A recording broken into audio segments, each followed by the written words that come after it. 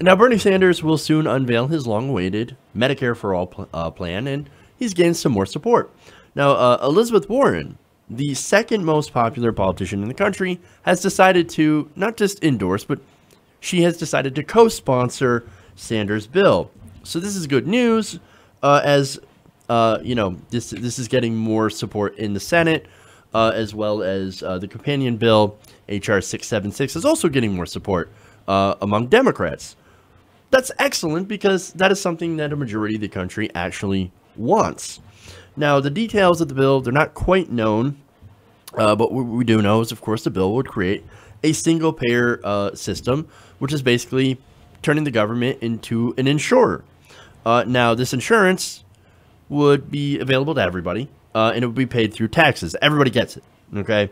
Now, the benefit to that, of course, it would eliminate premiums to health insurance companies. It would eliminate the need for health insurance companies altogether. So no copays, and because it would be more efficient, it actually reduced costs. Now, Ryan Grimm of The Intercept wrote about this, and he said that Warren's support for the bill unites the two most powerful members of the party's left flank, which used to be called the Warren wing before being rechristened the Sanders wing, given his surprisingly close contest with Hillary Clinton in the 2016 election. Now, to have Sanders, Warren, and Harris in the same bill, that's Kamala Harris, by the way, sends a signal that this is a central Democratic vehicle for healthcare policy reform going forward, which stretches the contours of a debate that previously excluded single payer. Now, he also writes, there's a lot of potential to really grow this idea. I'm sorry, this is Josh Miller Lewis, who's the spokesperson for Bernie Sanders. He said on the Warren endorsement, there's a lot of potential to really grow this idea if you have 6 or 7 Democrats all talking about why we need single-payer system. He also adds, this is a big moment. Absolutely. And look, it's not just a big moment just for policy. Like, because this policy, Medicare for All, there's no way this is going to pass a Republican Congress and go through Trump. However, politically, well, that's different. As Grimm notes, that signing onto a single-payer bill with momentum may seem like an obvious political move for Warren, but it's not that simple. Warren has achieved stature in Congress. Signing onto a colleague's bill rather than drafting one of her own to her own specifications is a concession to Sanders. The move is a nod to Sanders' elevation within the progressive movement. I would say that Bernie Sanders has essentially taken over as the progressive movement. Now, that's not to say that the progressive movement is some sort of organized, rigid organization. No, we're not organized in a way that we need leaders. So, but however, it is good to have people in powerful positions now pushing these policies forward. So there are a lot of people that are looking up to certain people within the progressive movement as sort of leaders, right? Now, as I said, we don't necessarily need leaders.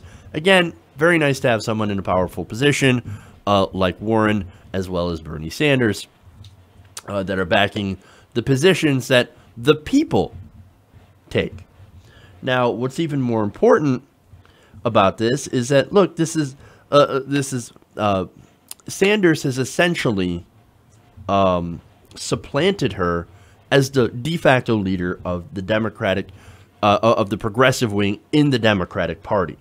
Her co-sponsoring this bill, that's essentially a nod to that and saying, yes, we know.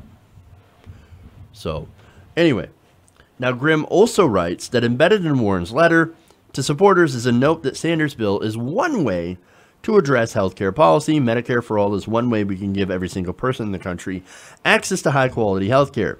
Everyone is covered. Nobody goes broke paying a medical bill. Families don't have to bear the costs of heartbreaking medical disasters on their own. Now, look, she's kind of right in a way. Look, there are different approaches to healthcare that would get to universal healthcare. For example, public option, Medicare buy-in. However, she specifically co-sponsored Medicare for All. I also forgot Medicaid for All, which is a little bit different and actually more comprehensive, unless we make major changes to Medicare, because there's a lot of things that Medicare right now does not cover that would have to be expanded in a Medicare for All bill. So that's why the alternative approach, since Medicaid covers more, they would call it Medicaid for All. But it's really, we're talking semantics here. If you're going to go for a Medicare for All bill, of course you would want to expand what it covers already, since you're eliminating health insurance companies. But anyway, so let's go back here. Now, again, she specifically said Medicare for All. That leaves a little bit of a door open, right, for other forms of universal health care, because she said that's only one way to do it, right? Now, we think it's possible that Elizabeth Warren might run in 2020, so again, that leaves that door open just a little bit, and that's what it comes down to. If she runs, Medicare for All loses its newfound popularity, which I don't think it's going to do. She could always fall back on one of those other plans and actually craft her own to compete in a Democratic primary. As always, Elizabeth Warren is a political creature at heart. And we know this. In fact, during her 2012 campaign for Senate, her opponent, Scott Brown, criticized her for backing single-payer, while she had another opponent, she had a leftist primary opponent, that criticized her for not explicitly backing this. Interesting. Now, she said, this is Marissa DeFranco, Warren's challenger from the left, telling MassLive.com, quote, "I made a clear statement. I'm the only candidate in this race who supports single payer." And she was actually correct. Now, she also said, "No one disabused me of that notion. Warren never explicitly backed single payer in that campaign, instead saying that the focus needed to be on defending the ACA." Brown, however, based his charge of Warren's support for single payer on a chapter of her 2008 book she co-authored with Deborah Thorne, a University of Idaho professor.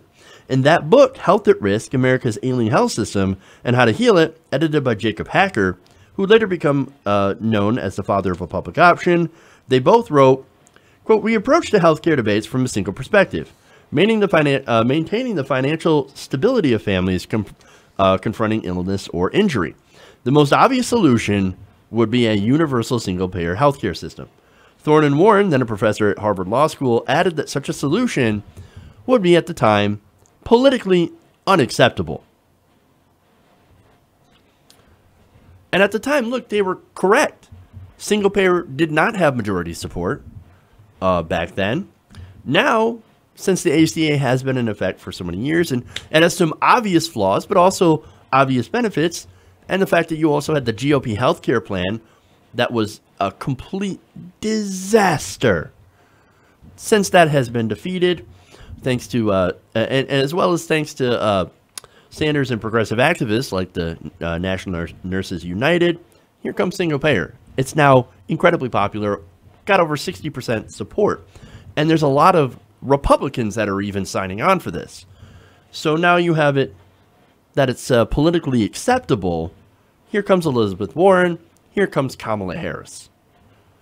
Now you can look at this and be cynical and saying, well, Harris and now Elizabeth Warren, well, they're using Medicare for All for political gain. And to that I say, of course they are. Absolutely, they're politicians. As I said before, Warren is a political creature. But that said, if we do get the policy in the end, does it really matter of their motivations for pushing said policy? If they push Medicare for All and they actually get this passed to get votes, okay, that's kind of what a politician does. They represent their constituency. So maybe she doesn't personally believe it. Maybe she only did it or is only doing it to get votes and support. I don't care. At this point, I don't care. I'm a deeply cynical person, so I'm aware of this, right? I don't trust people's motivations. But if we get Medicare for All, I don't care. Trump could even push it, and I would support it. I don't give a fuck. Regardless of the reason it gets pushed, if we get it, a win is a win. So let's enjoy it. And so for that, I say, welcome aboard, Elizabeth Warren. Glad you're here. Hey, everybody. Thanks for watching this video. If you want to see more like this, please hit the subscribe button below. And if you want to support truly independent progressive media, please consider becoming a patron at patreon.com/TYTNation.